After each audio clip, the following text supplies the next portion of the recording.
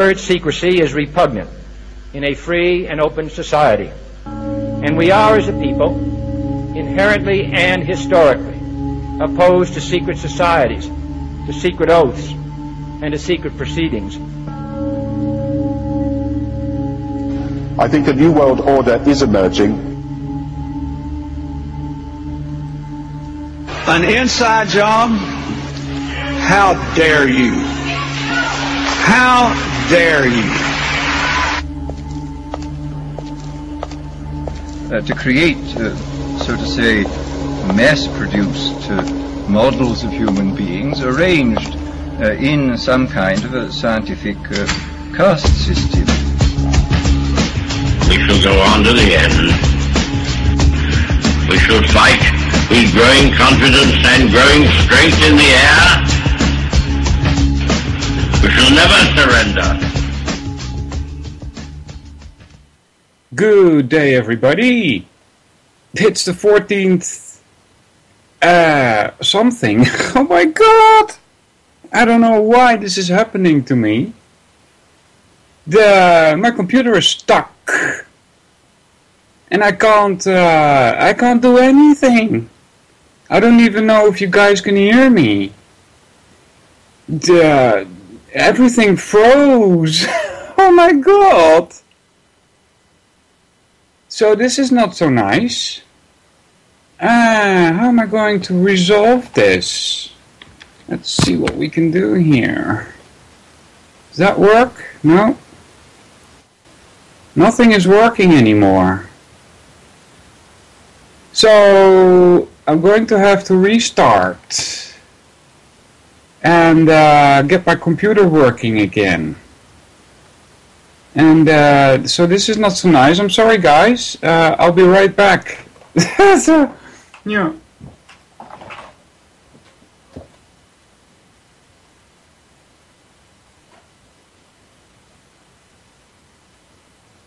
That's not even working, right?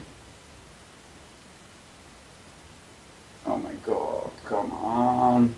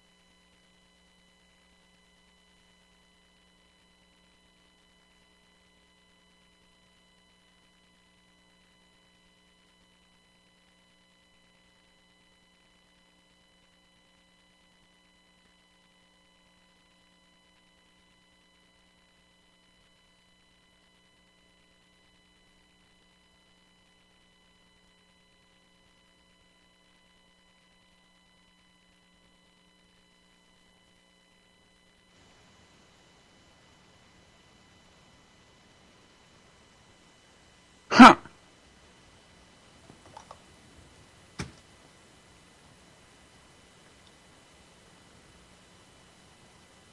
What the heck? This is really bad.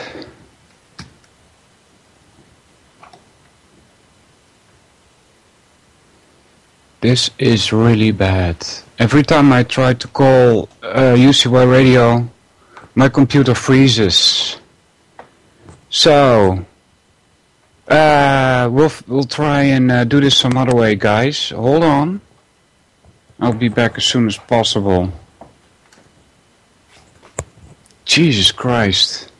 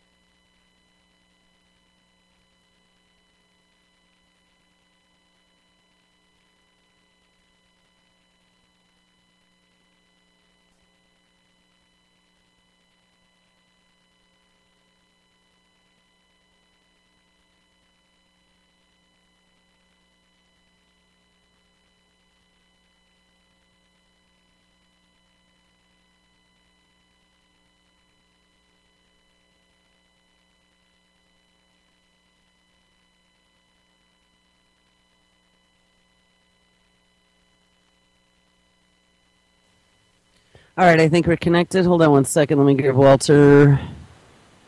oh, he's not under W. I always have this problem. He is under S. There we go. All right, so hold on. Now, hopefully he sees me calling and he answers.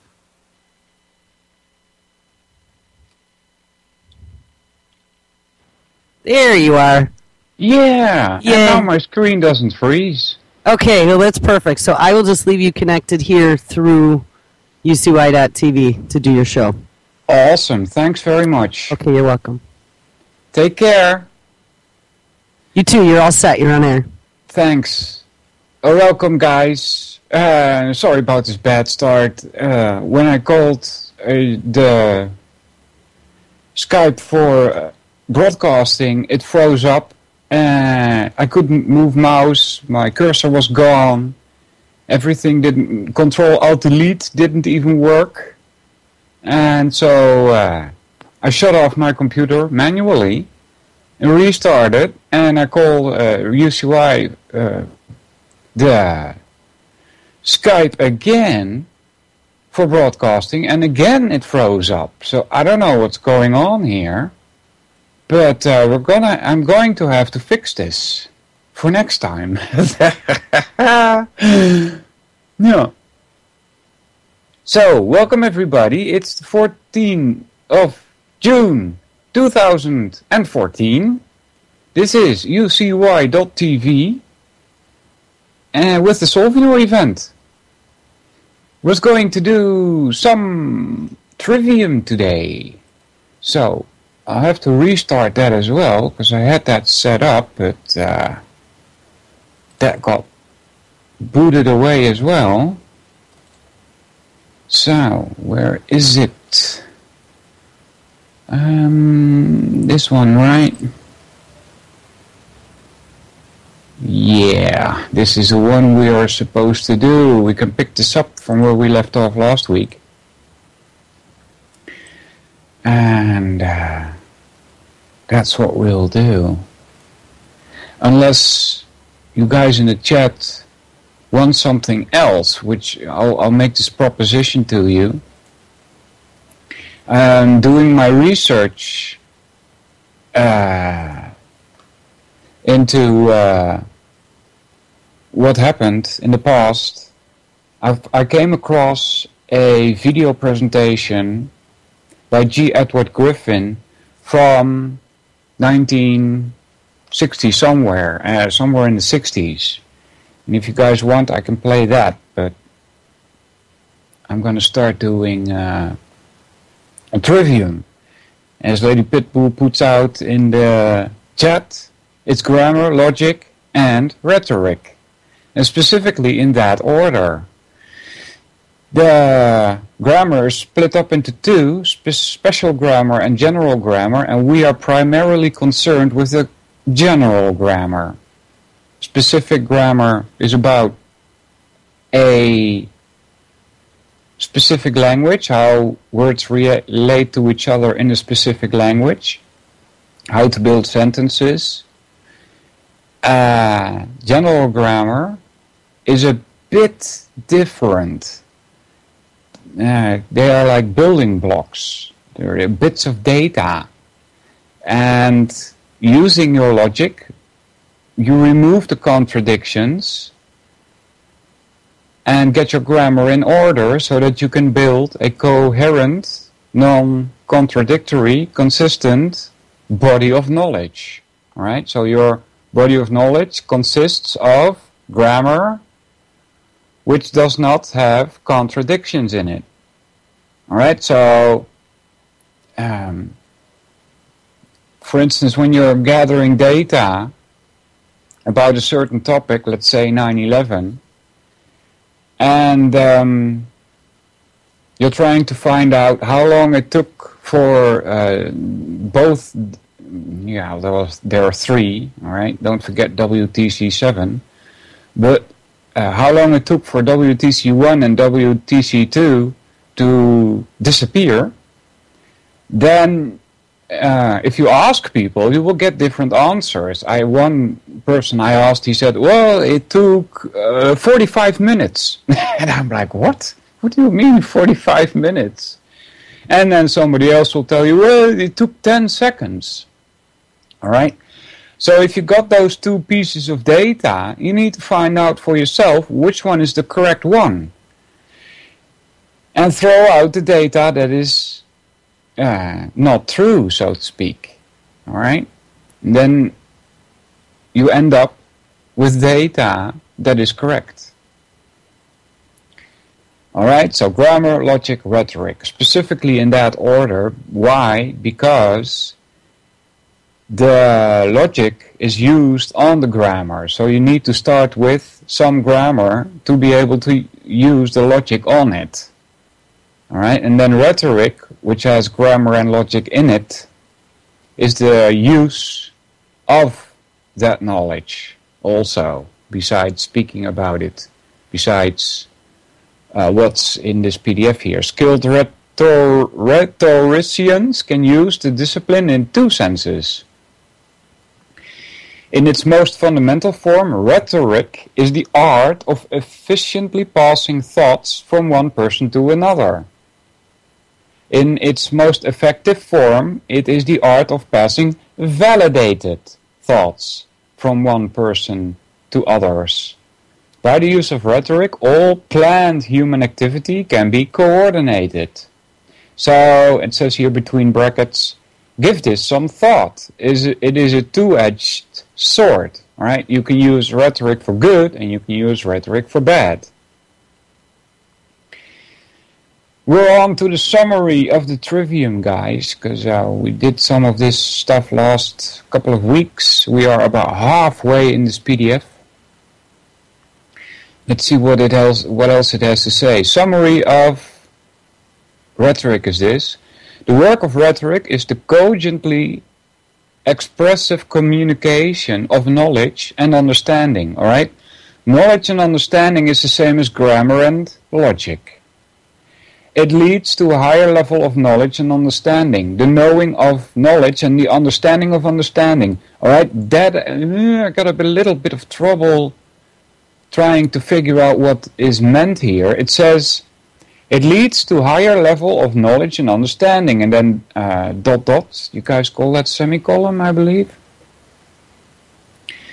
And then it says the knowing of knowledge, and the knowing is spelled with a small capital, with a small k, and then knowledge is spelled with a capital K. And then the understanding of understanding, with a capital U in the second understanding. Alright, so what does he mean with that? Not quite sure. The effect of rhetoric is to demonstrate the usefulness of knowledge and understanding. That is, to display the wisdom in an article of persuasion or in formulation of an outcome.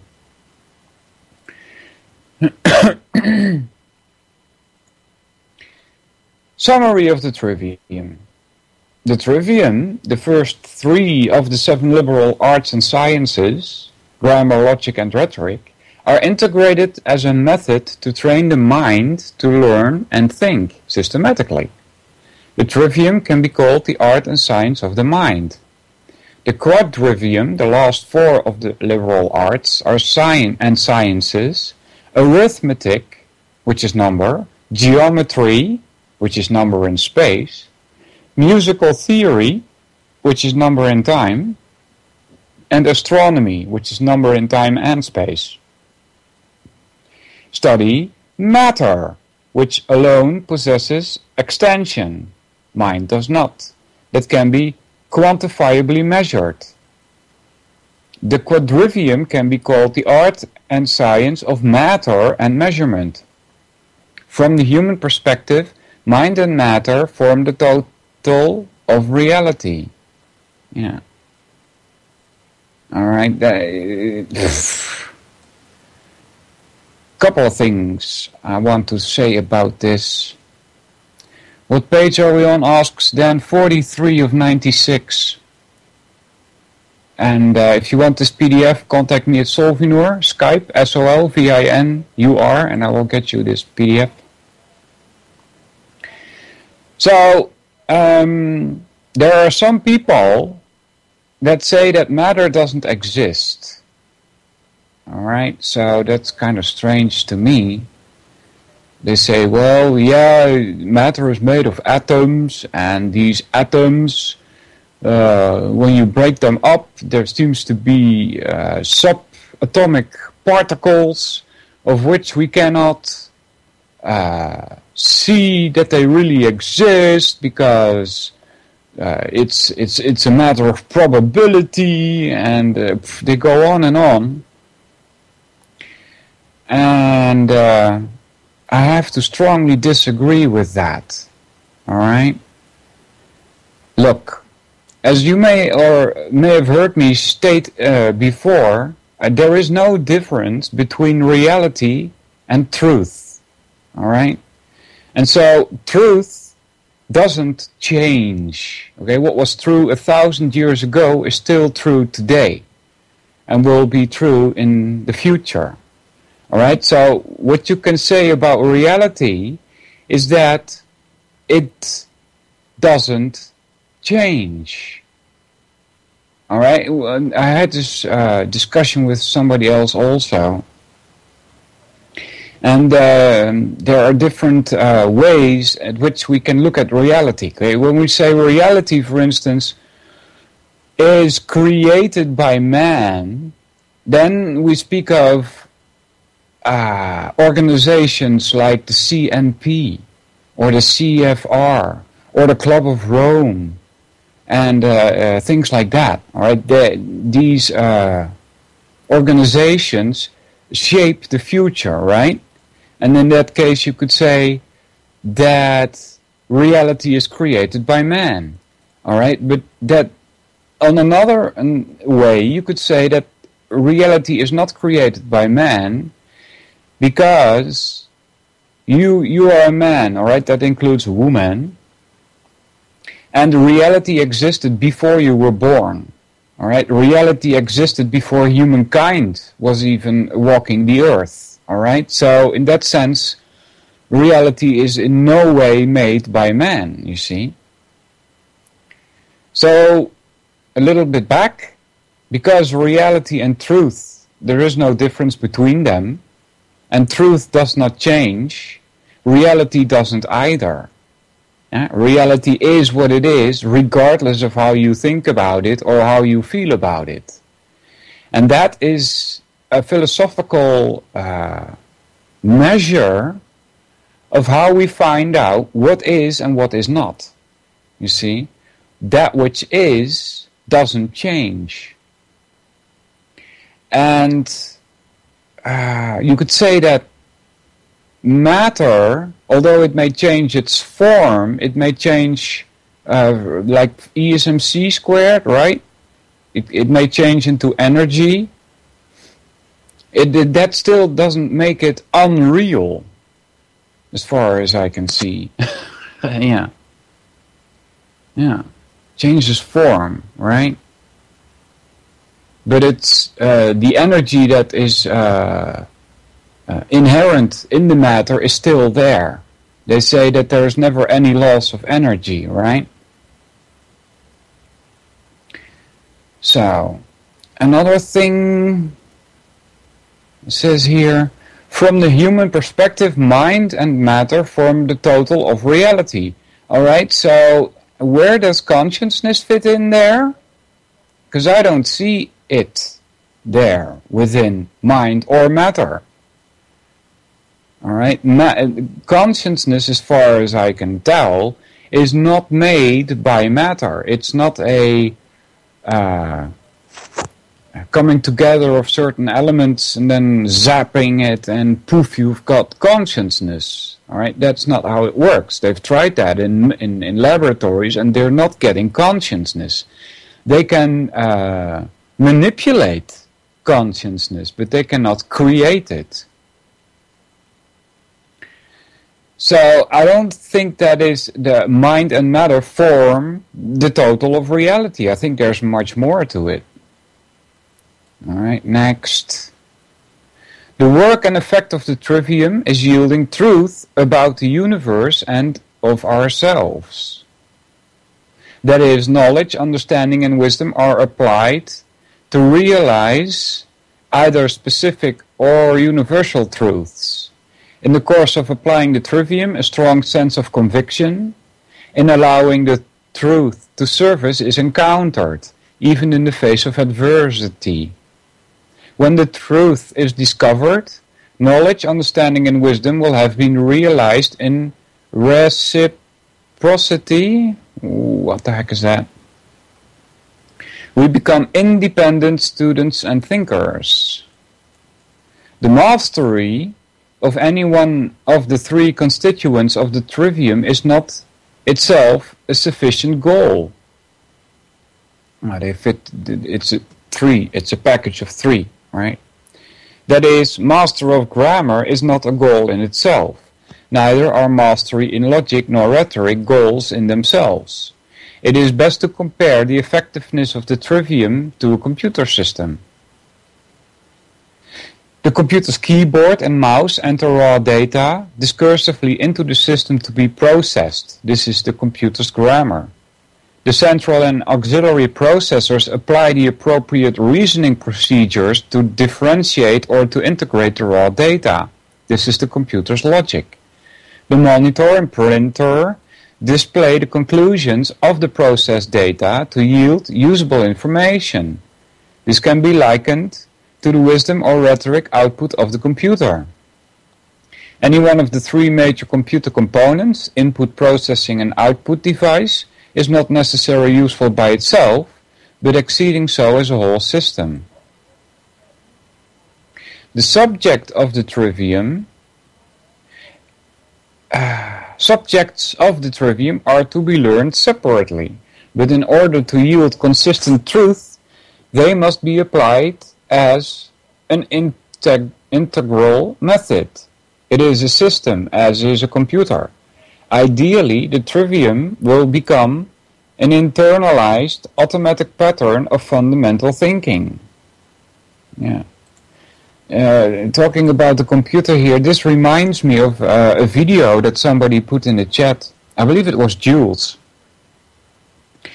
And you get Deepak Chopra there, right, who comes and tells you about certain ideas from Eastern philosophy. And then it's followed up by a panel of scientists. And this one scientist, he comes up and he says, yeah, well, I don't know if I'm living in the Matrix. And he says that the universe seems to be based on code. And then the person that is moderating this, he says, well, do you mean like computer code? Yeah, computer code.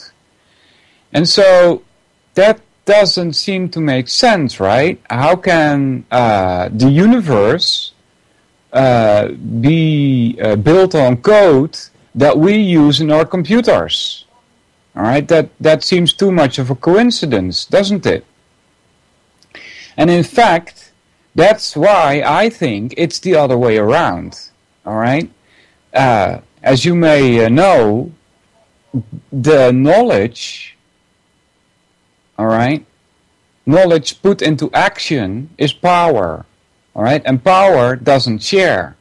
This means that knowledge, especially military knowledge, is always kept from the people, especially military knowledge. Because why? You wouldn't want your enemy to know how far you are in developing your military capacity, right? And this goes in other fields as well. Knowledge is always kept secret.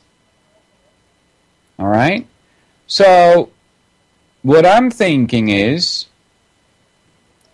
Jax, you should ask Jules for that, because I don't have that video saved. Or do I? Let me check if I have that saved. Oh, blah, blah. Let's see. G. Edward Griffin, John Allegro, Aldous Huxley. That's about the things that I'm looking at here. Those are in my favorites.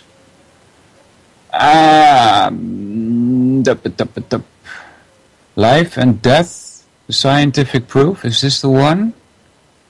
Let's see. I think this is the one. It's 14 minutes long. All right. Tell you what, I'll let you hear this, okay?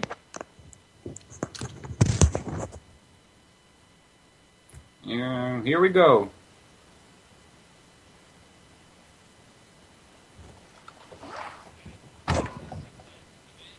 Hold on, okay, hold on. I need to do this differently, hold on, guys.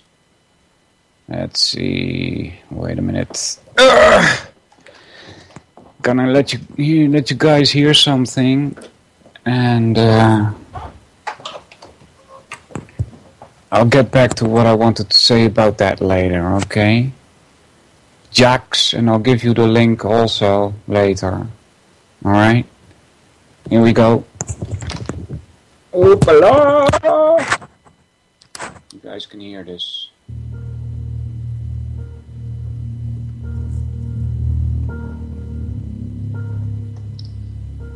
And mechanistic science has a very difficult time explaining how meaning is processed by the brain. So if somebody says to you, I love you, and you're in love with them, then your body makes all these wonderful molecules, serotonin, dopamine, oxytocin. They're immunomodulators. They modulate the activity of the immune system. And all you heard was 3 words, I love you. Now, but let's say the person who said, I love you, is the person you are thinking of divorcing, then you won't make these molecules. You won't make dopamine and opiates and oxytocin. You'll make toxic molecules, and your blood pressure will go up, and your adrenaline will go up, your cortisol will go up, your heart rate will speed up, your platelets will get jittery, and cholesterol will go up. But the words are the same, right? I love you. The vibration of the atmosphere is the same. The electrical current that goes to the brain is the same. Input is the same. And the words are the same. But the output is completely different because of the meaning that you give to those 3 words. The meaning that you give to those 3 words. The context that you relate to those 3 words. Exactly the same process, but a completely different biology. And this is something that confuses mechanistic science, because they say, how can the brain process meaning? The brain is a mechanical structure. It's like asking a computer to process meaning. The brain cannot process meaning. The brain cannot process purpose. The brain cannot have imagination. The brain cannot have insight. The brain cannot have intuition. The brain cannot have creativity. The brain cannot have free will. And so giving all the credit to the brain, which is what mechanistic science has done, is totally wrong, because the brain is a physical structure. The brain is a set of molecules, and molecules don't process meaning or purpose. Molecules don't ask themselves, who am I? Why am I here? What's the meaning of my existence? Does God exist? Do I have a soul? What is the meaning of death? Molecules don't ask those things. So this is the limitation of physical science.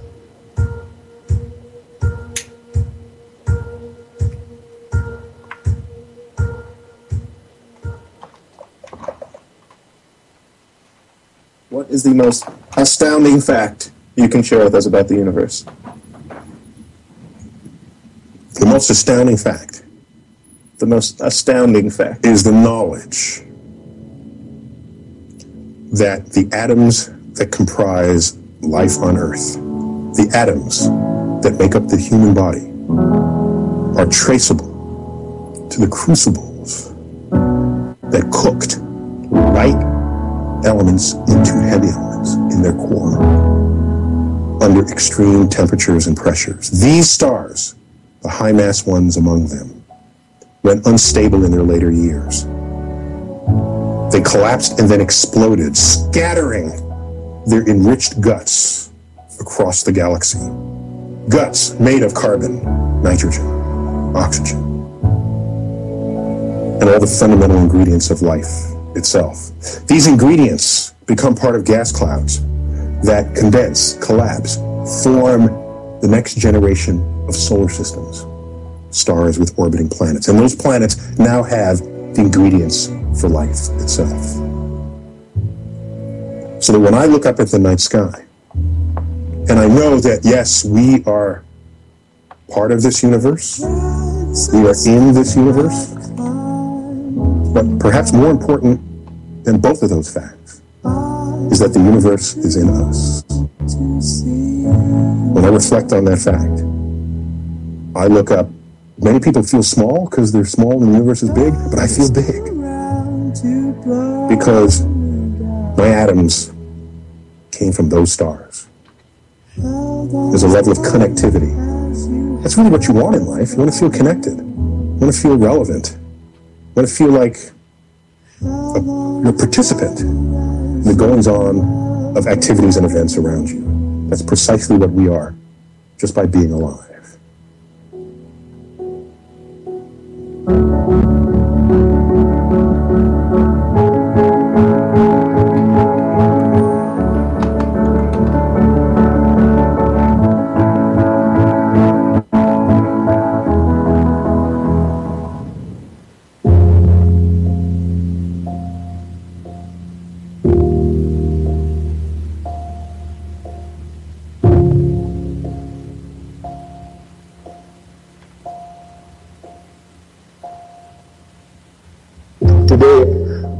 Possible to do a little bit of mathematical calculations based on what are called radioactive isotope studies, and you can prove without a shadow of doubt that right this moment you have 1 million atoms that were once in the body of Jesus Christ or Buddha or anyone you want to think about. In just the last 3 weeks, a quadrillion atoms have gone through your body that have gone through the body of every other living species on this planet. So think of a tree in Africa, a squirrel in Siberia, a taxi driver in Calcutta. You have stuff in your body that was there only 3 weeks ago. Okay. In less than 1 year, you recycle now. We used to think it was 5-7 years. In less than 1 year, you recycle 98% of all the matter in your body. So at the atomic molecular level, you have a new liver every 6 weeks. A new stomach lining every 5 days, new skin once a month, a new skeleton. It seems so hard, but a skeleton is a dynamic organ with calcium, phosphorus, everything coming and going. And by the end of 1 year, you replace almost all your body, 98%, few bits of collagen and cartilage which take a little longer turnover. So this body that Satish invited is my 2011 model. The last time I came, I brought with me the same suitcase, but not the same physical body. Okay. I brought, my suitcase is a little longer shelf life than my physical body. So, this raises a big question in science today. Who are you? If you think you're your physical body, then you have a bit of a problem. Which one are you talking about? So while my physical body has recycled from the ecosystem, it's part of the biosphere, the unfortunate word environment, while it's recycled and, my personal body from year 2010 is dead, it's gone. I haven't died in the meanwhile, so I hope you agree this is scientific proof for the existence of life after death. Our consciousness is constantly outliving the death of the molecules through which it expresses itself. It's doing it right now. You don't need further proof of reincarnation. These are reincarnated cells. Okay? These weren't there a month ago, but they remember the difference between hot and cold and pleasure and pain. It's the memory that's reincarnating. Okay? It's the memory. It's always reincarnating as this physical body.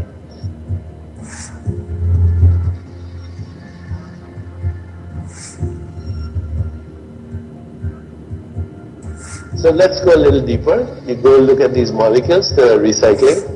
You see their atoms, and then you look at the atoms, and they're subatomic particles, and they're all coming from an emptiness. And that's where the real action is, that emptiness. Today scientists call it the quantum vacuum of the universe, which isn't disappeared. It's right there. If that wasn't active, you and I wouldn't be here. Okay, the quantum vacuum didn't disappear with the Big Bang.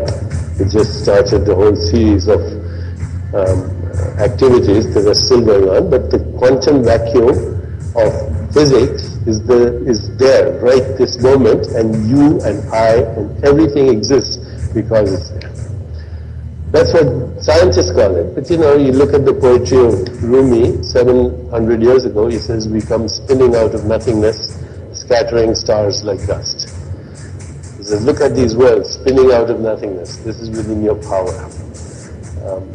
Who else? The Buddhists talk about shunyata, that is beyond subject-object split, beyond the observer and the observed. Vedantists, they talk about chitakash. The akash is not empty, but it's full of chit means consciousness, so they go even beyond. But any scientist will tell you today that 1 cubic centimeter of space, right here, 1 cubic centimeter of space has 10 to the power of 37 times more mass energy than the entire universe. Incomprehensible. That includes the Milky Way galaxy, Andromeda, everything, all the suns, the stars, the planet. There's more mass energy here.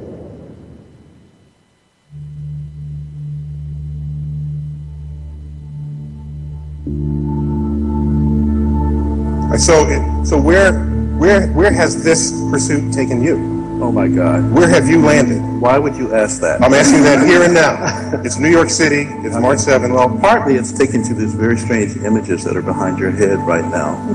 These are pictures of equations. I've been, for the last 15 years, trying to answer the kinds of questions that my colleagues here have been raising. And what I've come to understand is that there are these incredible pictures that contain all the information of a set of equations that are related to string theory. And it's even more bizarre than that, because when you then try to understand these pictures, you find out that buried in them are computer codes, just like the type that you find in a browser when you go surf the web. And so I'm left with the puzzle of trying to figure out whether I live in the Matrix or not. You're blowing my mind at this moment. So are you saying your attempt to understand the fundamental operations of nature leads you to a set of equations that are indistinguishable from the equations that drive search engines and browsers on our computers? That is correct. So, wait. I have to just be silent for a minute here. So you're saying as you dig deeper, you find computer code writ in the fabric of the cosmos? Into the equations that we want to use to describe the cosmos, yes. Computer code. Computer code, strings of bits of ones and zeros. It's not just sort of resembles computer code. You're saying it is computer code. It's not even just is computer code. It's a special kind of computer code that was invented by a scientist named Claude Shannon in the 1940s. That's what we find very, very deeply inside the equations that occur in string theory and in general in systems that we say are supersymmetric.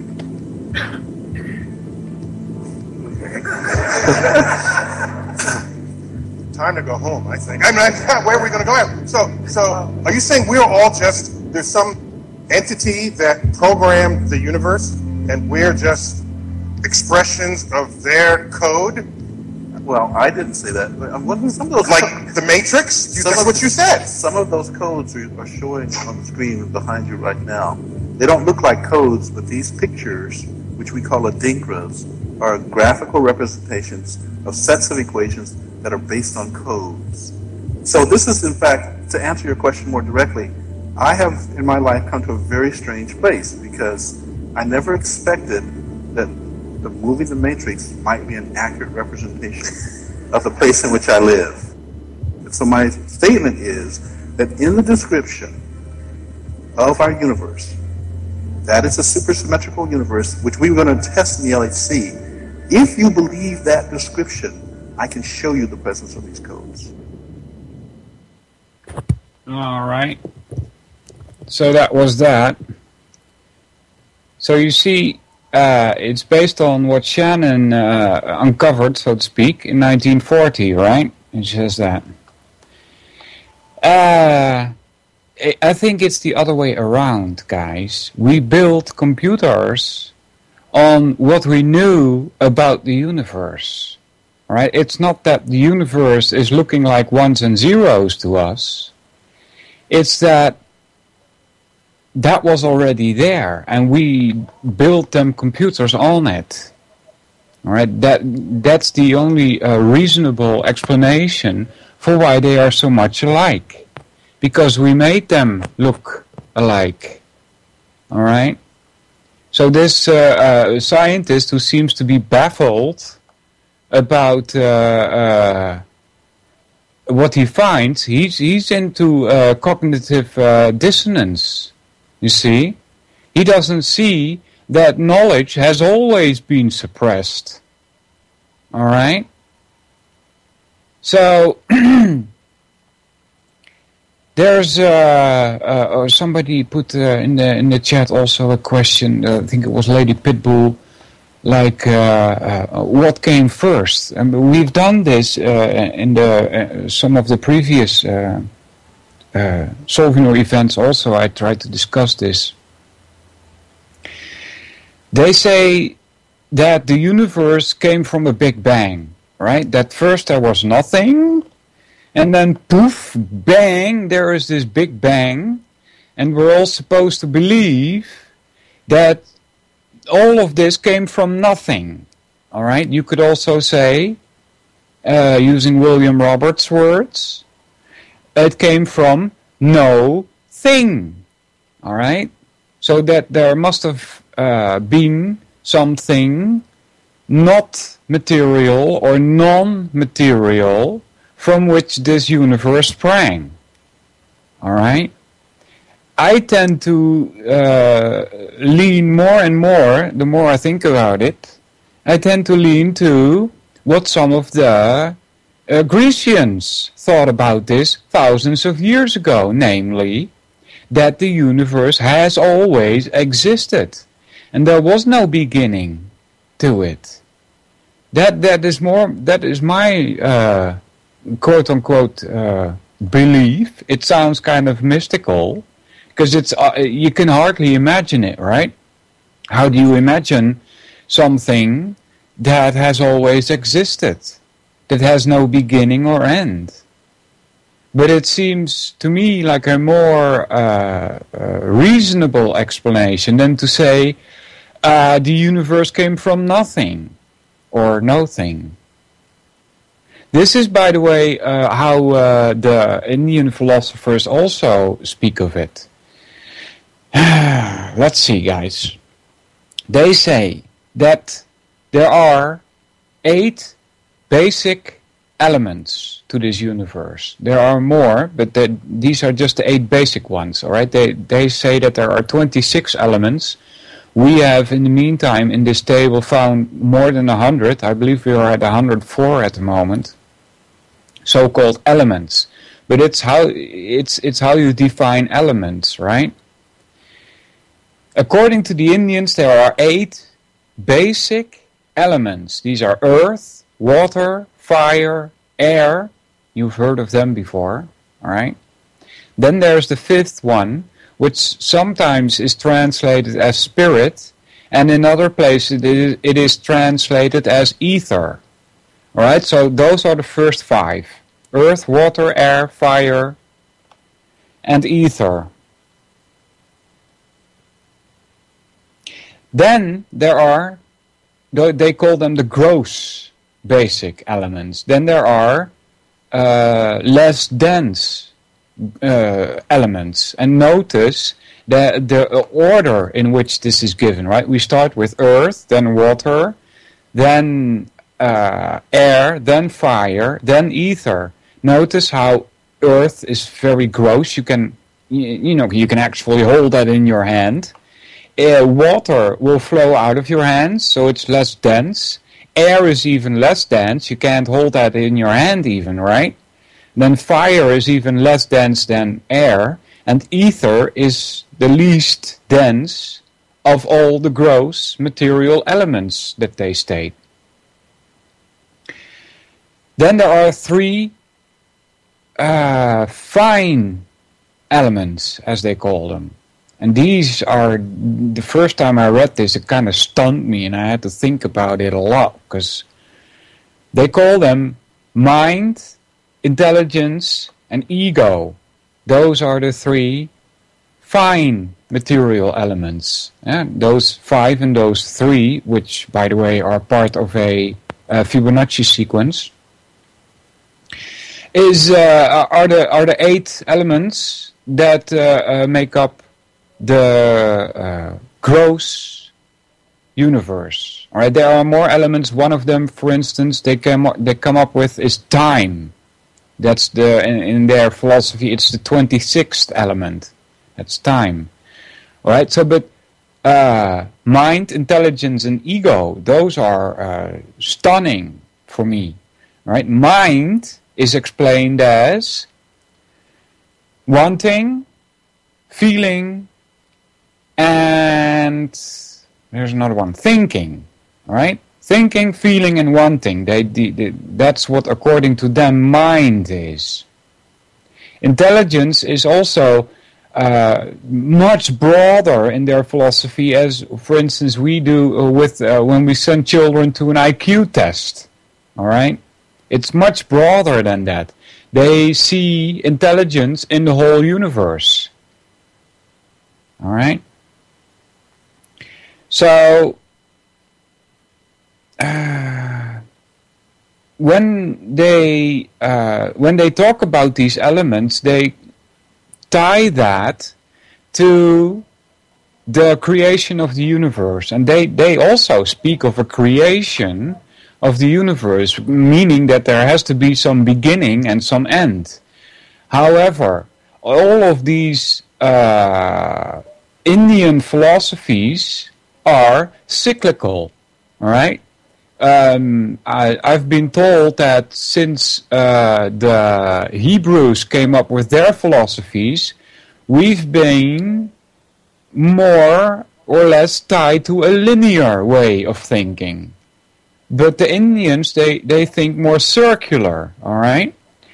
So according to them, when the universe is created by Brahma,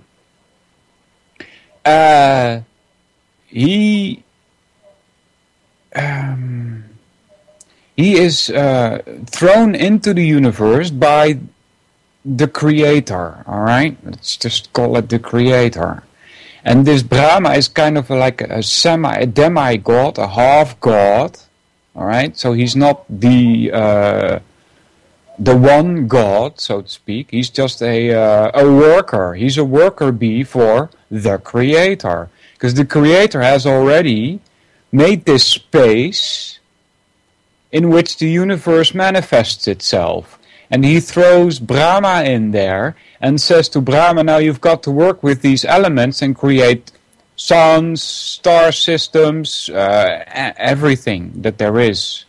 Quasars, and so on. Planets, the air that is surrounding the planet, and so on and so on. So Brahma, he is put in charge of creating the planets so that the living beings can then, according to this philosophy, incarnate into these bodies, which are also made of all these elements, and live their lives on the planets.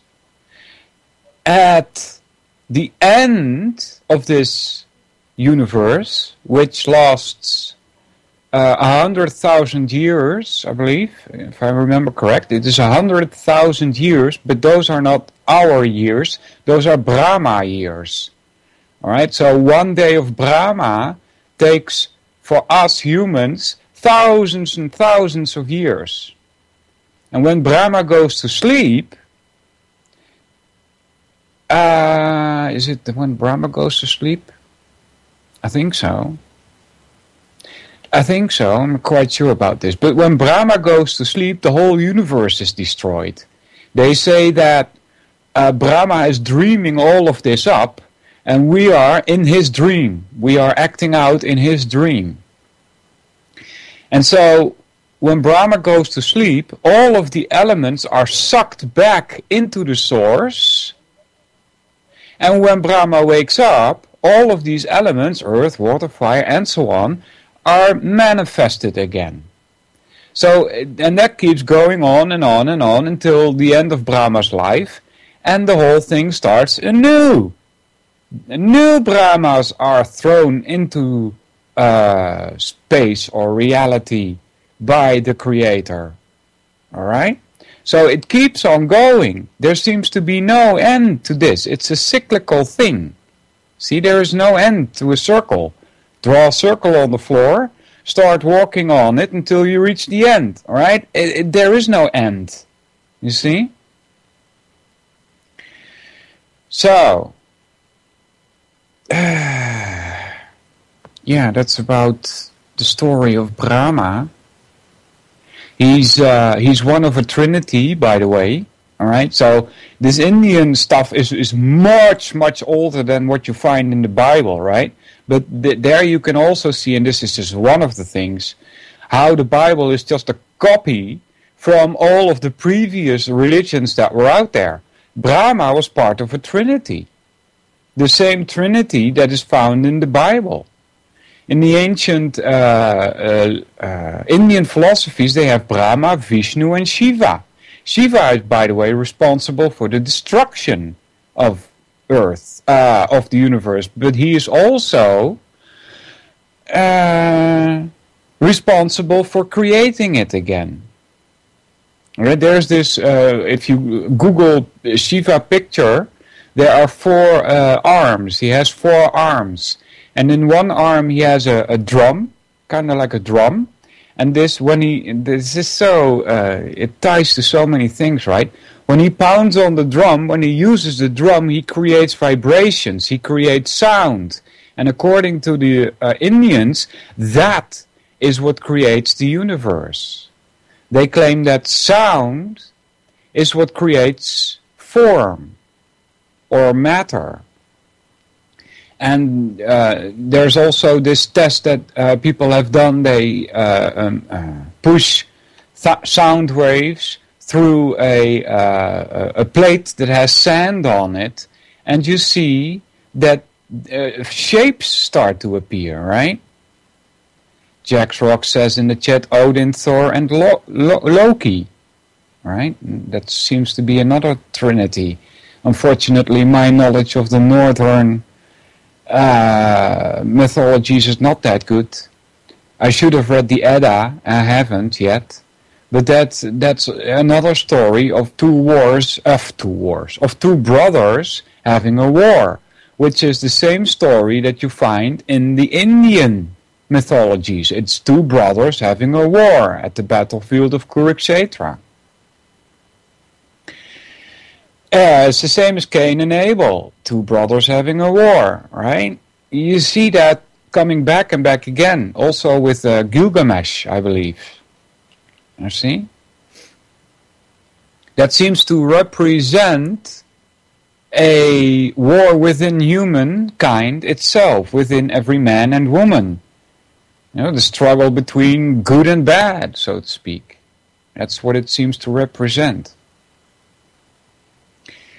Alright, so if you have any more questions about this Indian philosophy, you can ask in chat and I'll see what I can do for you.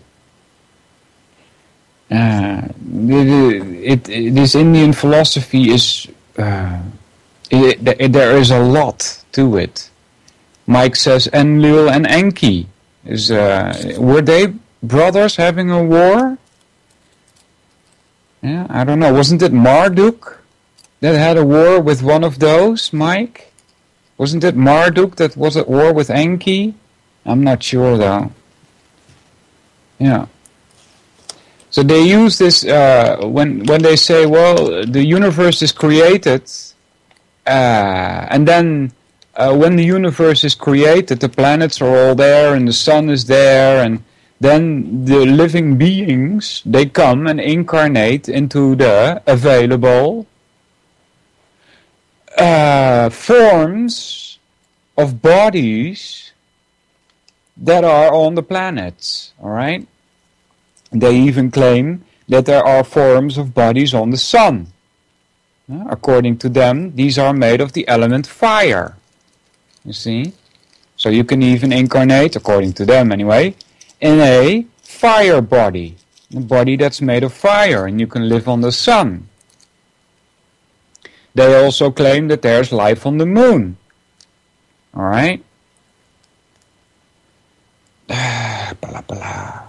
This incarnation stuff is based on the idea that living beings are jivas, or souls, so to speak. They call them jiva, J-I-V-H, from which you get rejuvenate. Yeah, Mike, that's the Sumerian story. Unfortunately, though, with all these ancient stuff, we cannot be sure about these translations, and that's the reason why you get so many different explanations of these stories. All right, and so they claim that this jiva is immortal. It doesn't have a beginning and it doesn't have an end. And it reincarnates into bodies that are mortal. Right? Your body it's usable for a short period of time. And then you quote unquote die. And I don't know what happens then, but according to the laws of karma, which I must disagree with very much, I think it's a bunch of nonsense. But according to what you did in this life, you are presented with a next body. All right, so they claim that if you act like a dog in this life, your next incarnation will be that of a dog. Jules. Yeah. So, but the laws of karma, I mean, I really must disagree very much with them. When I talk to people, to some of the people that claim, well, yeah, there is such a thing as karmic law, right? I say, okay, name me one. Name me one law of karma. All right? And they can't come up with even one. And I know one. And I'll tell you the one. And it will show you how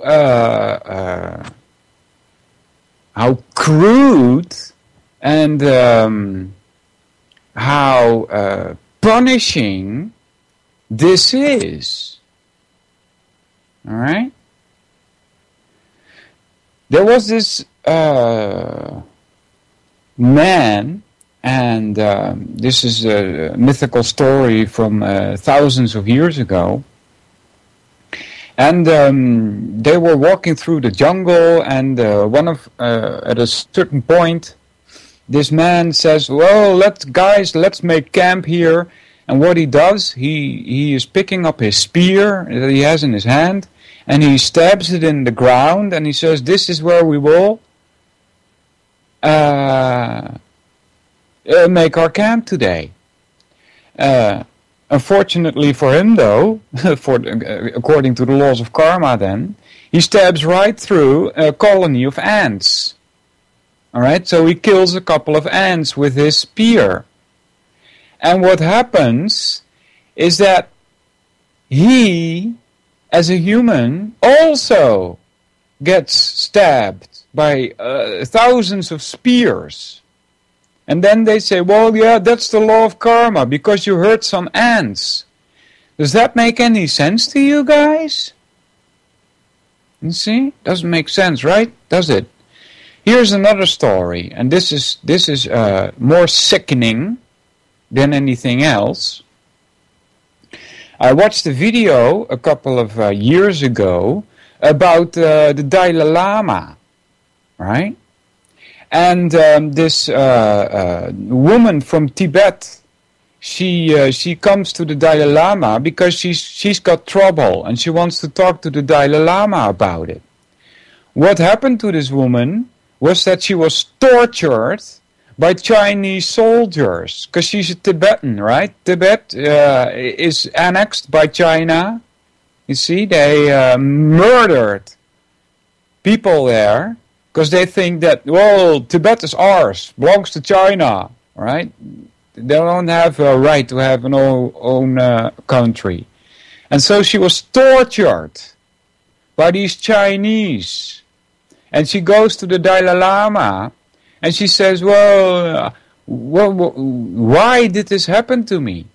And the Dalai Lama tells this woman, it's your own fault that you got tortured by the Chinese, because that's your karma.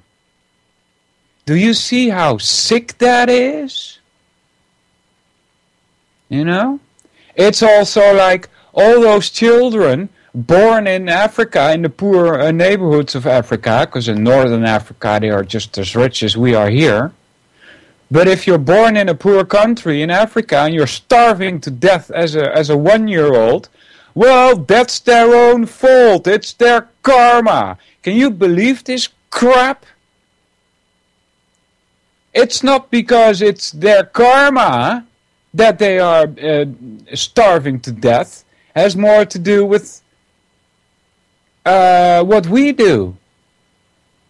Well, what humans do to each other. Dan Cooper says, only the Hindus believe that you can come back as a cow. The Jains, who's that? The Jains, G-A-I-N-S, do not believe that you will come less than human or that you will be punished for stepping on ants. Who are the Jains? Jain world? Jain book? I think I know. Is that the same guy as Jain mathematics? Mathemagics, I mean?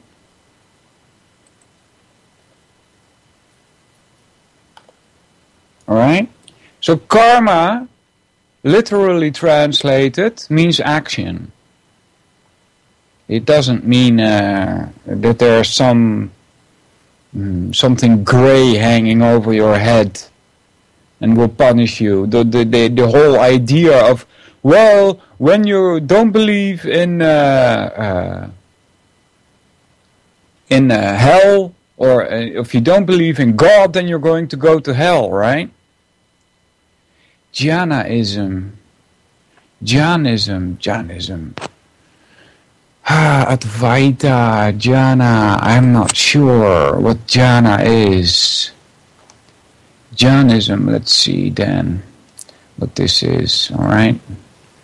Open a new. Jainism. Jai is a word in Sanskrit. As Jainism in all respects is a religion of India, it has very close relations with other main religions of India like Hinduism and Buddhism. Okay, well, Hinduism in itself is not a religion. Hinduism is a gathering of all kinds of religions. Formerly, it was thought that Jainism was a branch of either Buddhism or of Hinduism. But now it is an established fact that Jainism is a distinct religion of India and not a branch of any other religion. Alright, so who do these Jainisms worship then, right? Is it Krishna? Is it Vishnu? Is it Shiva? Is it Durga? You know. Similarly, it is also accepted that Jainism is an ancient religion of India that is older, not only than Buddhism, but also older than Vedic religion of the Hindus. Alright, that's interesting. Since Jainism, Hinduism and Buddhism, the three important ancient religions of India, have been living side by side for so many centuries, it is natural that they have influenced one another in many respects.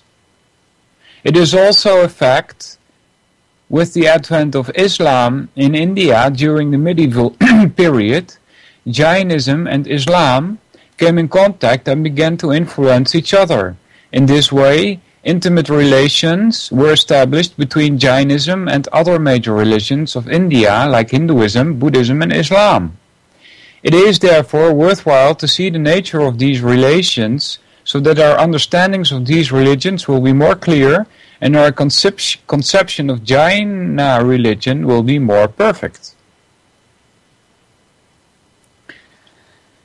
Alright, let's see. What scriptures do they have? The sacred book of the Hindus, like Vedas, Smritis, Puranyas, etc., are not accepted by the Jainas and the Hindus. Also, do not recognize even a single scripture of the Jainas. Well, what are the scriptures of the Jainas then? Origin of the world. Well, the Jainas regard the world as eternal, the Hindus hold it to have been made by a creator. Yeah, see, you're not getting the whole story here, are you? I just told you in the previous hour what these Hindus think about it. It's a circular thing. There is no end to it. And so it's the same. Because if the Jainas think that the world is eternal, that's the same as the Hindus. Even though there is a so-called creator. It doesn't matter, because it's circular. There is no end to it. There will always be a universe. In Jainism, worship is not offered to an eternal and eternally pure God, all right? But to those great ones who have realized their high ideal and attained godhood for themselves. Oh, so this is like a religion where you become God, right? Ridiculous. That in itself is ridiculous. You cannot become God.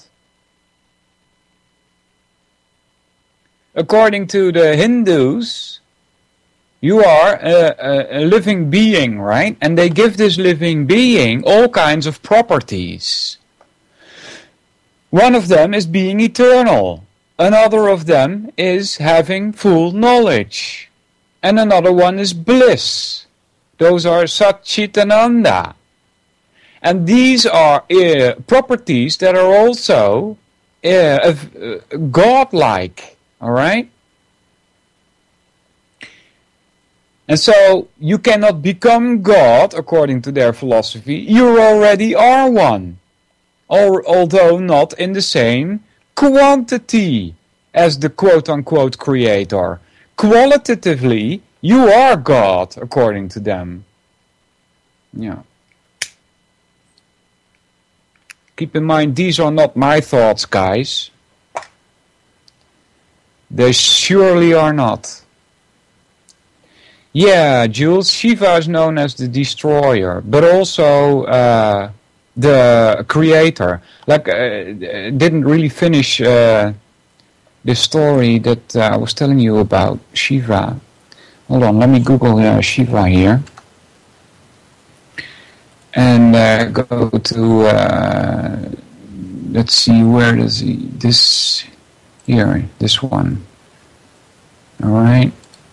Copy that. No, copy this. Let's see what we can do here. Nose. I don't know if this is gonna work, guys. Does that work? No, it doesn't. How about this one? This is Brahma. We were not looking for Brahma. This is Shiva. Yeah, here we go. I think this will work. Copy that. Then paste that here. I think this should work. Ah, it's not pasting anything. Give here! Scramble! Anyway, there is this picture of Shiva. Alright, maybe this will work. Copy this. Put that in there. Oh no, I clicked it away, I think. Yep. So I need to get that back. Oh my god. It's not so nice what I'm doing here. Paste that here. I think this should work. There we go. No, it's not. Hold on, guys. I'm sorry about this. Here we go. Let's see. If you click, oops, that's a long link. You will find the picture there of Shiva. In one hand, he has a drum in his left hand. And in the other hand, he has a trident. I believe you call it trident. That is the tool with which he destroys the earth. Alright? You can also find him in a dancing position. Yeah? He's also known under other names where he's dancing in a graveyard. All right, he's also, because of that, he's also known as the protector of ghosts. All right? He's dancing in graveyards. And in this dancing position that one can find him, he has 4 arms. One in which he holds a tool for destruction, another in which he holds a tool for creation, which is the drum with which he makes sounds. Another hand points down to his feet, and another hand he has holding up in front of you, and that's supposed to mean, don't worry, everything is going to be all right. The hand that points down to his feet he's pointing to the feet that he's standing on. And what he's standing on some strange creature, and that creature represents your ego. And this is supposed to mean that you're supposed to conquer your ego. All right? If your ego is in control of you, according to them, you're no more than an animal. All right? You're not human. You're an animal. You only become human after you have conquered your ego. All right? Remember, that is one of the 8 elements. You see? All right, guys.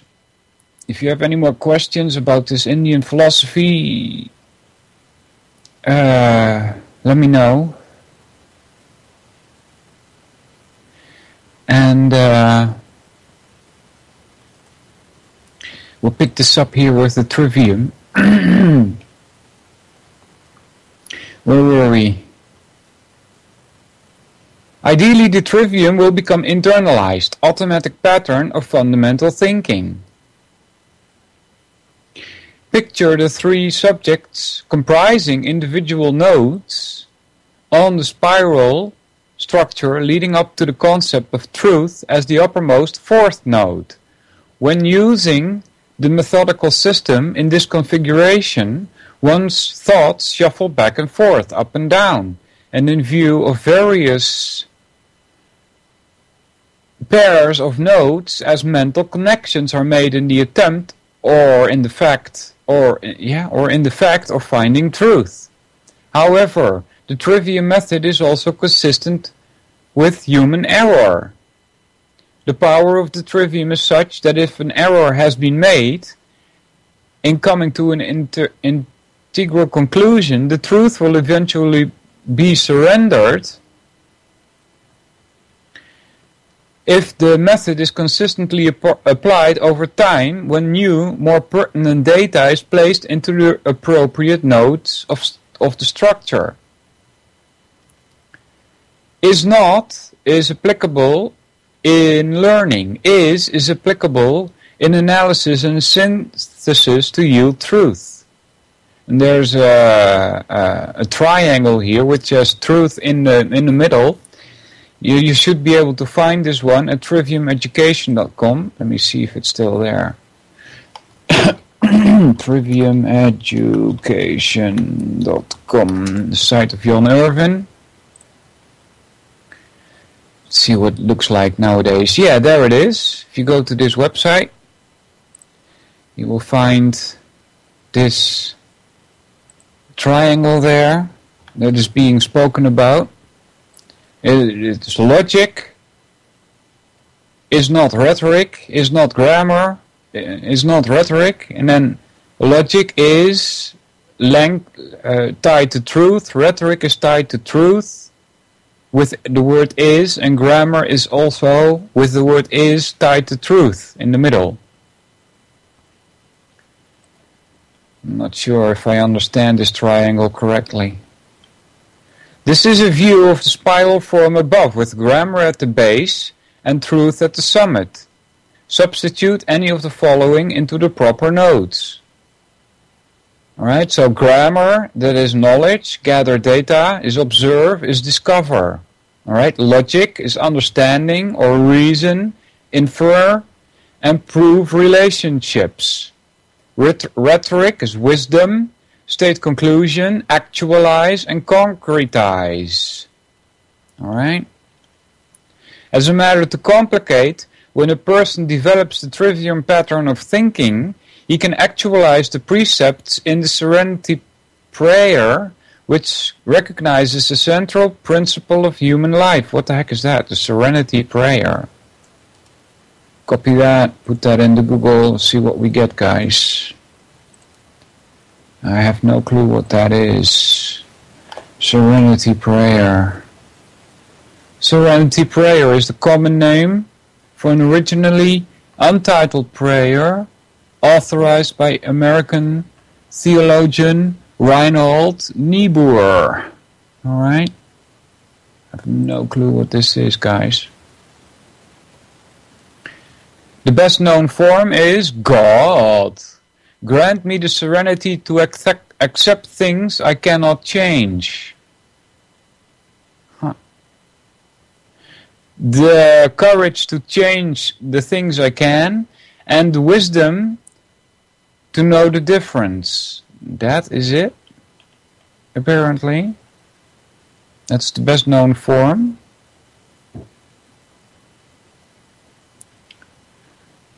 Alright, that about that. Review of the 3 modes of thought is where we are at now.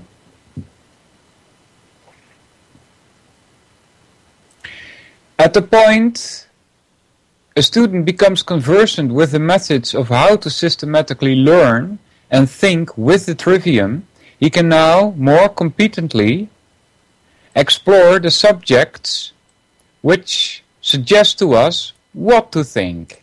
Note, one does not need to be an expert in the methods of the trivium, but only conversant with all 3 of the methods in order to use this pattern in more deeply penetrating the meanings and values of the what subjects. Yeah, that's what it said in the wiki link also, Dan. Yeah. I'm not one that would advise you to use mantras. It is, it's a repetition thing, you know, and it will influence your brain in ways that you may not like.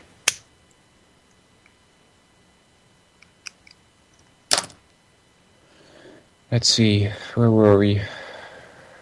The most general of these subjects, here called modes, under which all other more specialized content subjects are subsumed, are the modes of 1, mythopoetic, 2, philosophic, and 3, the scientific. Although these modes now overlap one another in content, they originally developed in a chronological order and can be seen as consisting of a trivium structure in themselves. Again, like the trivium, these broad subjects, especially philosophy, can be applied as a general framework with which to view all other subjects, matter and one's own thinking. These topics have universal application, right? That's the trivium. It's universally applicable. Let's see, guys, who's in the chat. Let's do a roll call here. Banjoy, Becky, Del, Dan, another Dan, Desert, Jax, Joe, Jules, Lady, Meet, Mike, Vincent, Gringo, and Two Anons. Welcome, everybody. How you doing? And again, if you have any questions, doesn't have to be on topic. Just put them in the chat, and I'll try and keep an eye on them and see what I can do with it. The mythopoeic, which is fundamentally literature in all of its forms, is the grammar of general content knowledge. As the first attempt in coming to know the processes within our own minds and in the workings of our surrounding material universe. It gathered data and attempted to make sense of it by comparing those data among themselves and to any mental construct which could be subjectively imagined. The comparisons are called analogical or analogies. Metaphor and simile are the methods of mythology and poetics.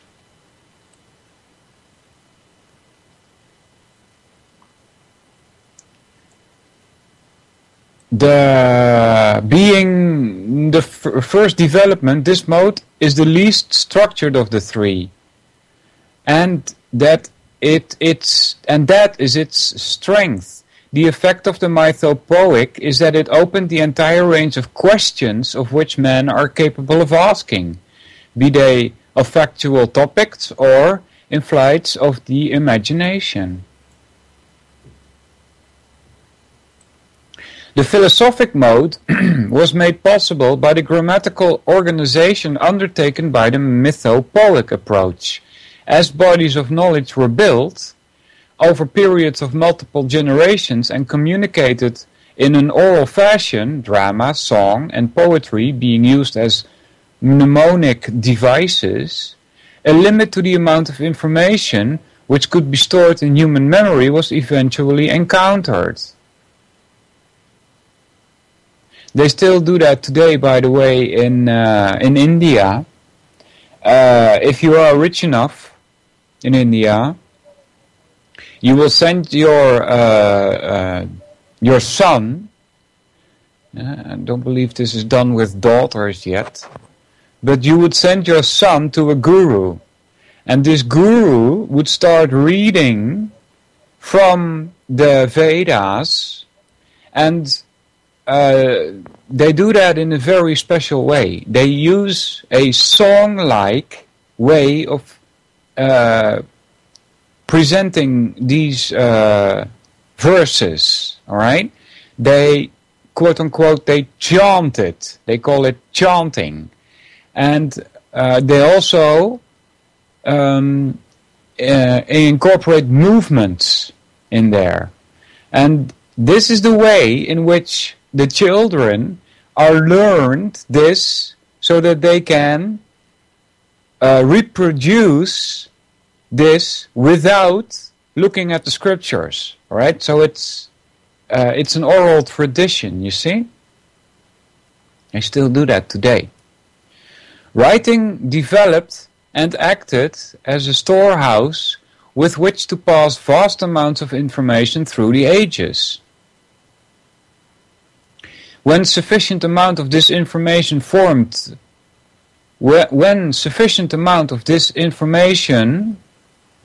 formed to a critical mass, new and innovative ways of analyzing and synthesizing these bodies of knowledge were made possible.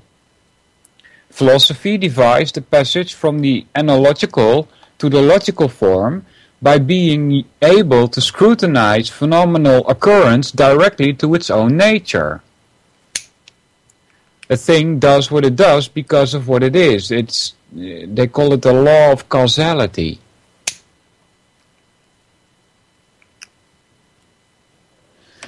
There are also philosophers out there that will try and tell you that, and they probably belong to the same class as people of philosophers that will tell you that matter doesn't exist.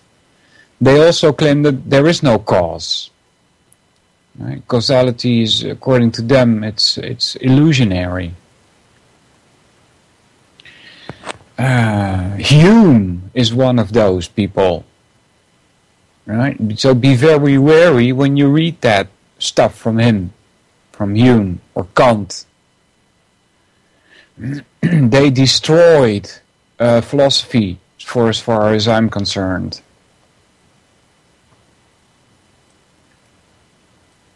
They will also claim reality doesn't exist, which is kind of strange. Right? That's the same as saying truth doesn't exist. And that you cannot really know anything. Well, if that's the case, how do you know that? right. So continuing.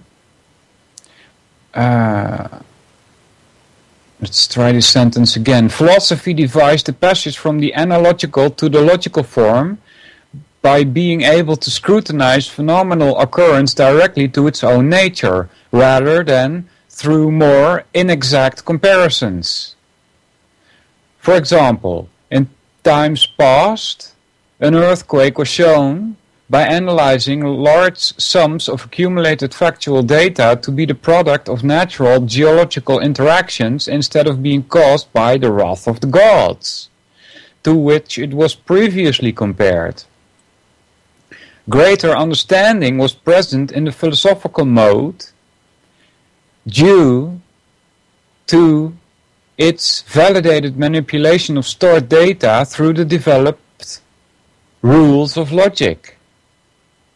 By posing 4 logically sequenced questions, philosophy was formed into 4 branches. 1. What is metaphysics? Or actually, what is? And that is metaphysics. 2. How do we know what is? That is epistemology. 3. Based on the first 2 answers, what do we do? That is ethics, individual and civil. And then 4, how do we communicate these abstract answers in concrete form, which is aesthetics. Right, so those are indeed philosophical questions. What is? How do we know what is? So first of all, if you want to answer these questions, you need to define is. Alright? To me, and I'm just a noob philosopher, guys, but to me, is has to do with reality. It has to do with truth. Alright? Truth is. That which is illusion is not. You see? Reality is. Alright? How do we know what is? That's a difficult question. That's a very difficult question.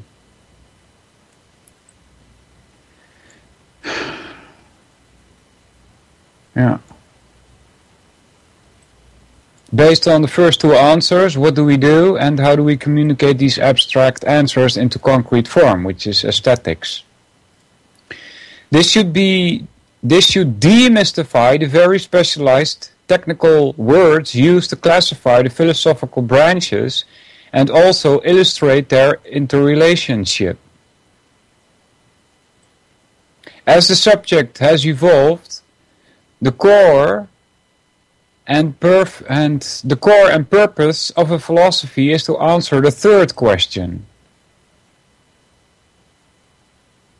In a well-conceived philosophy, how can ethics tell us what to do in life and condition of concordant partnership and prosperity with one another and with reality?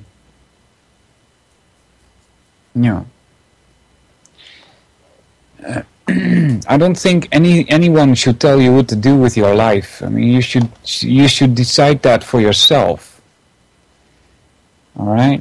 And as far as ethics goes, I don't think you should let that be decided by some philosopher who will tell you what is and what is not. All right? You are born with ethics in your heart. You know exactly what is right and what is wrong. Nobody has to teach you that. By applying the 4 philosophical questions, what is? How do we know? What do we do? And how do we communicate our findings? Alright, let me see this. Lady Pitbull is asking in the chat, what came first, matter or reality? That's a nice one, right? The question I ask, is this question valid or is this question invalid? Because if you say like, there's 2 things here, right? Matter and reality. Lady Pitbull, is not matter included in reality? Right? So if you answer that question with yes, which I hope you do, I think you will, all right? Matter is included in reality, right? And if reality, or that which is, doesn't change, right? Truth doesn't change, right? Reality doesn't change either. It is what it is, regardless of how you think or feel about it. It was there, reality was there even before even before we were born as humans, even before crocodiles walked the earth. All right? So yeah, according to Lady Pitbull, also matter is included in reality, you see? So that makes the question invalid, doesn't it? Another thing which makes the question invalid is that reality has always existed. And it doesn't have a beginning or an end. At least that's my philosophical reasoning, all right? There is no beginning to reality.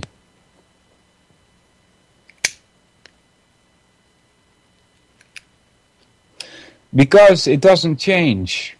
That's why there is no beginning to reality. Well, yes, says Lady Pitbull, matter changes, reality does not. Matter changes. Yeah, we talked about that in the first hour, right? Captain Gringo says, your perception is your reality. Okay, that's a very bad one. The way you perceive has nothing to do with reality. Reality is what it is regardless of how you perceive it, Gringo. Look at this. If you look at a tree, you see the tree in a certain form. But the bee or the cat or the dog sees this tree in a completely different form. Or a fly. He doesn't see colors like you and I do. Does that mean that there are two different trees there? Or 1,000 million different trees, depending on how many perceptions there are of this tree? No! The tree is what it is, regardless of who perceives it, or how you perceive it. See? So your perception is not your reality. That would be saying that there are so many realities out there as there are living beings perceiving. Okay, that's ridiculous. Getting back to what Lady Pitbull says, though, matter changes. Yeah, that's a tough one. I'll tell you, it's a tough one. We would need to get a definition of matter first. Before we can continue this, Lady Pitbull. We would need to have a definition of matter. Shall we try to get one in Google? See what we can get, Lady Pitbull. Definition of matter. Define matter. Let's see. Matter is a noun. Alright, the substance or substances of which any physical object consists is composed, the matter of which the earth is made. That's 1. 2. Physical or corporeal substance in general, whether solid, liquid, or gaseous, especially as distinguished from incorporeal substance, as spirit or mind, or from qualities, actions, and the like. Yeah, that's not a noun, right? An action is a verb. You see? But listen, when you say matter changes, do you mean like water when it is in the sea? It is like fluid, right?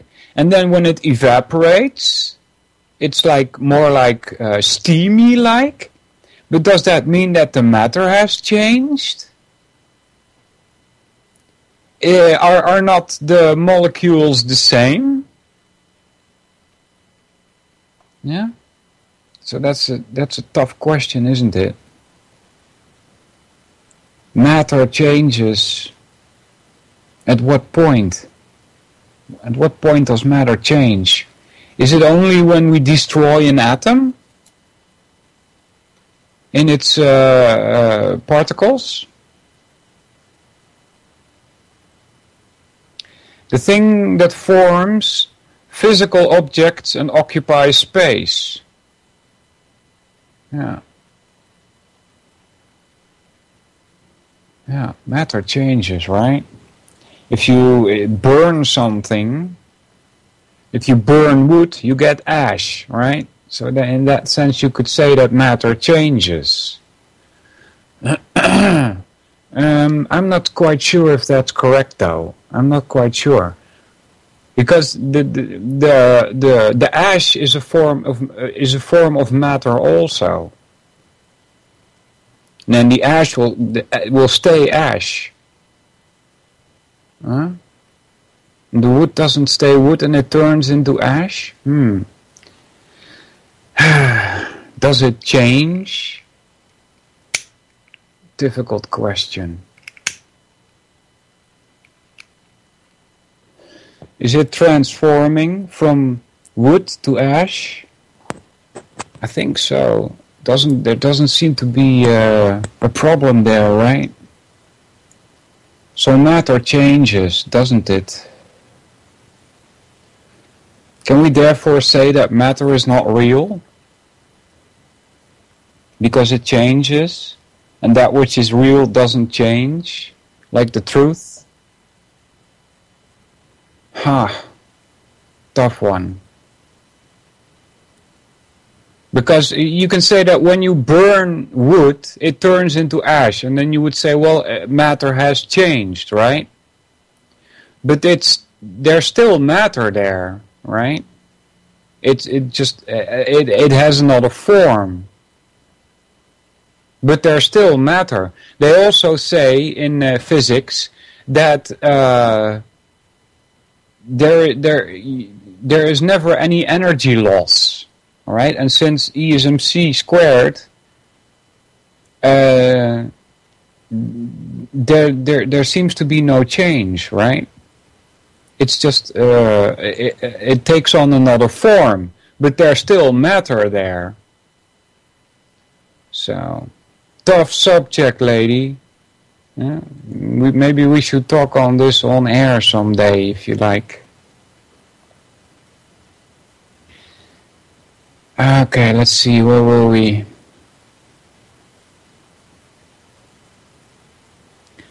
By applying the 4 philosophical questions, what is, how do we know, what do we do, and how do we communicate our findings, virtually any established subject can be understood in its essence.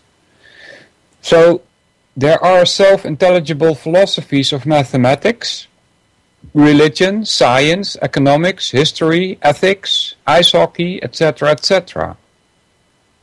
Philosophy systematically qualifies the content of either general modes or specialized subjects as comprehensive knowledge. The scientific mode, stating the obvious, was made logically possible by the development of logic in philosophy. The scientific method mode, to name it more accurately, concerns itself rigorously with the factual material realm.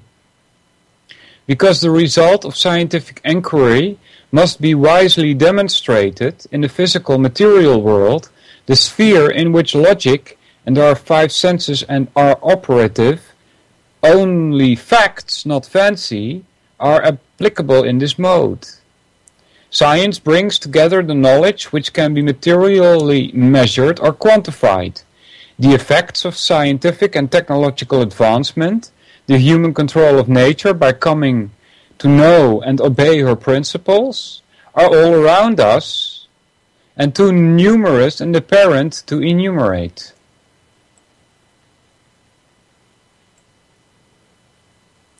There is a very subtle dynamic at work within the structure of the scientific method which provides its effectiveness. scientific mode of inquiry. 1. Observe to gather data. This is a process in reality. 2. Hypothesize to attempt an answer. This is a mental process. Then 3. Extrapolate to devise experiment. It's another mental process. And then conduct a repeatable experiment. This is another process in reality. The succession from observation in reality to 2 progressive intermediate mental processes and finally back to reality for demonstration has been found to be the most efficient method of query into the physical universe. I'm getting some comment here. Somebody says, any proof of reality is a matter of perception. For how do you prove that something is real if it is not perceived? Therefore, does reality begin with perception or perception begin with reality? Did you get this from Kant? You know? That's like saying, okay, I'm sitting in this chair and I'm dropping a ball behind me, a soccer ball or whatever, and because now I cannot perceive it, the ball does not exist. Come on, you guys. Seriously? Where were we? Below are very few of many applications of this sequence. Notice that steps 1 and 4 occur in objective reality, and 2 and 3 occur in subjective mentality. 1. Analyze. This is hard to read, guys, because it's in a kind of statistic way of putting it here. It's about engineering, medicine, and military tactics, apparently. Alright, so in engineering, analyze facts. Objective. 2. Design. 3. Development. 4. Implementation plan. In medicine, observe symptoms. 2. Diagnosis. 3. Prognosis. 4. Prescribe. In military tactics, 1. Time to define battle. 2. Time to think. 3. Time to plan. 4. Time to execute. Much as each of the topics of the trivium can be applied independently, but to much better effect as an integrated whole, so have the general modes been applied independently thus far. We have not yet learned to blend, integrate, and concretize the total power of technological work directed by an optimal ethic, while coupled with the motivation of supreme imagination.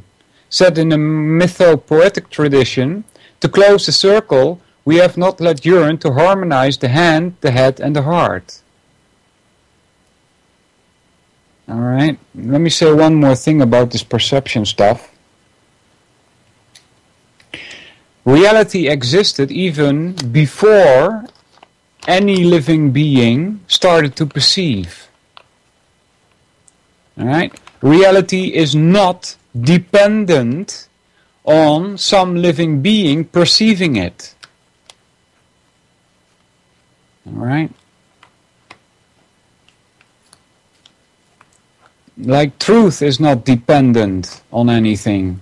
It is what it is. Alright, from critical thinking, informal logic. This is from a website, criticalthinking.org.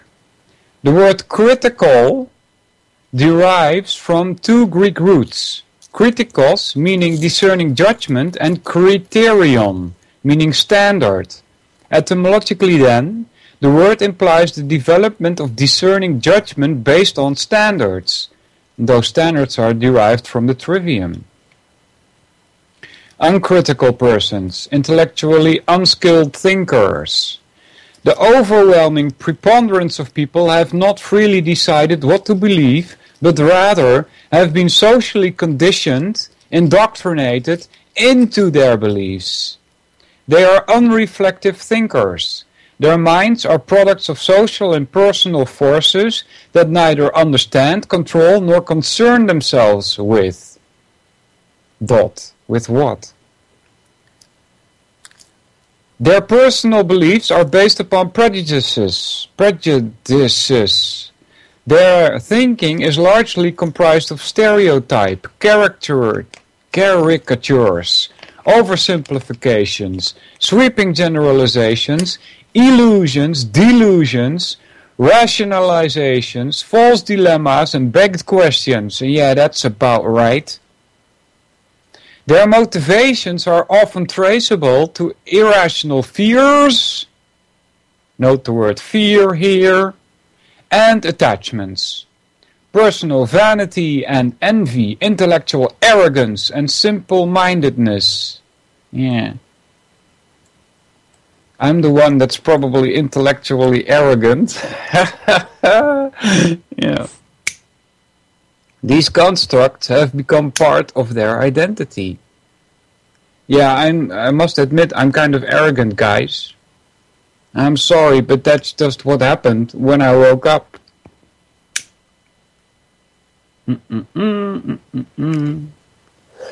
What is very debatable? Desert.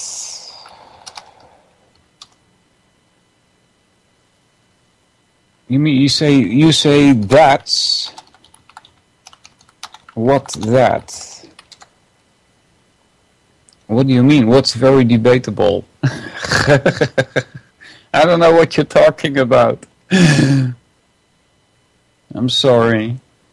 But yeah, I became quite arrogant when I woke up and you see all these sheep, these non-thinking animals acting out their nonsense.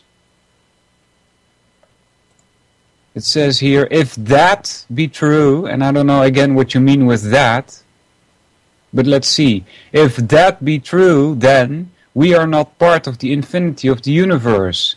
That don't feel right. Yeah, I don't know what you mean that. Did you find a contradiction in my talking, Desert? I would hope so. If you can point it out to me, then I can get rid of it. What do you mean with that be true? Because I agree with you. We are part of the universe. And as far as I can see, it's infinite. There is no end to it, nor a beginning. So what do you mean if that be true? What is that you're referring to here? Because I hate to be spreading around inconsistencies and contradictions, guys. That's not why I make radio. I make radio especially to get it out of the way. That reality existed before perception. Yeah. Of course it did. I mean, sense, you perceive with your senses, right?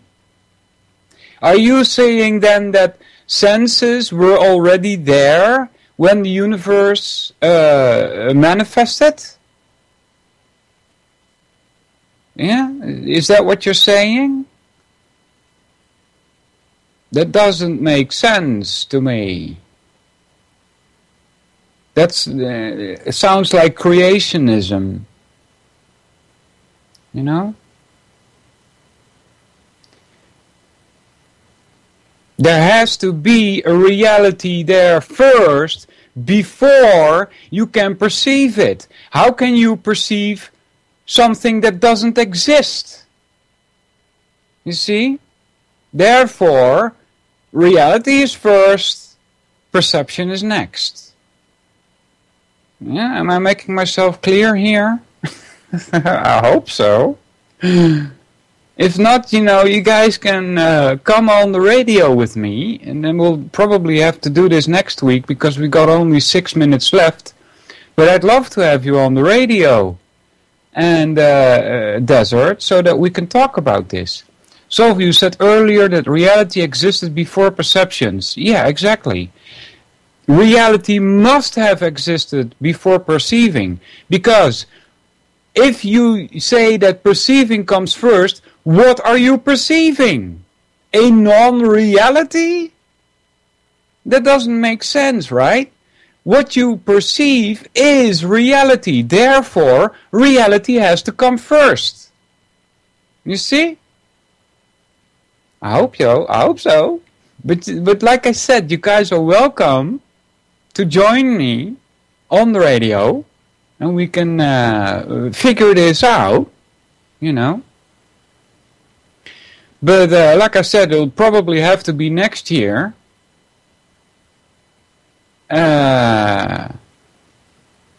Of next week. Because we only have like four minutes left. See? Alright? Next. Such persons are focused on what immediately affects them. Focus on face values. They see the world through ethnocentric and nationalistic eyes. They stereotype people from other cultures where their beliefs are concerned. However unjustified those beliefs may be, they feel personally attacked. Yeah, that's another thing. If somebody, especially in chat, that happens a lot. You know, even among us so-called truth warriors, right? Somebody makes a statement in the chat, another person brings up an argument against that statement, and then the person feels attacked. You got to be kidding me, right? You are not your ideas. So you should not feel attacked. Alright? When they feel threatened, they typically refer to infantile thinking and emotional counterattacks, using all kinds of ad hominems and such.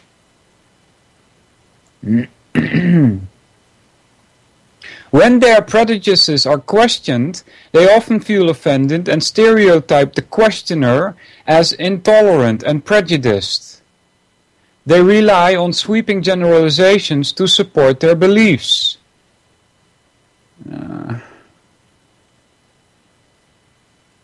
Desert says, the average person can only perceive a small percentage of reality. That's because our senses are very limited, right? Your eyes cannot see X-rays, for instance. See? That's the limit of your senses. Alright? I don't disagree with you there.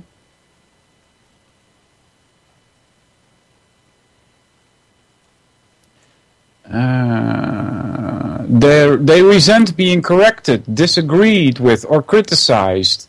They want to be reinforced, flattered, or made to feel important. They want to be presented with a simple-minded black and white world. They have little or no understanding of nuances, fine distinctions, or subtle points. They want to be told who is evil and who is good. They see themselves as good. They see their enemies as evil. They want all problems to admit to a simple solution, and the solution to be one they are familiar with. For example, punishing those who are evil by use of force and violence. Alright guys, we're gonna stop it here. I'm gonna see who's still in the chat, and thank everybody for listening before Huxley cuts me off. Banjoy, thanks very much for listening. Becky, thank you. Del Nick, thanks. Dan 10EC, another Dan. There's 3 Dans in here. Oh no, 2. Desert, Jack Rocks, Joe, Jules, Lady Pitbull, Meat Dogs, Mike, Vincent, Gringo, and one and on. Thanks a lot for listening and acting out in the chat, everybody. I'll see you guys next week. And listen to what Huxley says here. Later! How dare you? How dare you? To create, so to say, mass-produced models of human beings arranged in some kind of a scientific caste system.